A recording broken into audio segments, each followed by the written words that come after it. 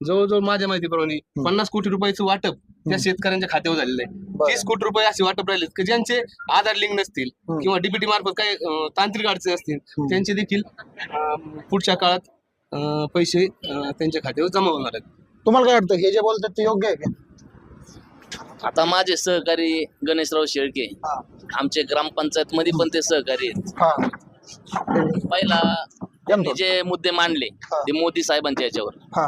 आता मी 2 दिवसापूर्वीच मोदी साहेबांचं ऐकतोय नाव.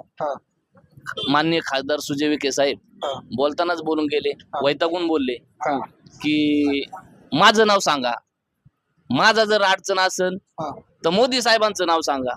मोदी साहेबांचं जर नाव सांगून जर लोक नाही ऐकले तर आणखी ताईंचं नाव सांगा. ताईंच्या नावाचा प्रॉब्लेम असेल तर आणखी कोणाचं नाव सांगा, पण मतदार मला मागा. वैतागून ते म्हणले जर तसं नाही जमलं तिघांचं नाव सांगून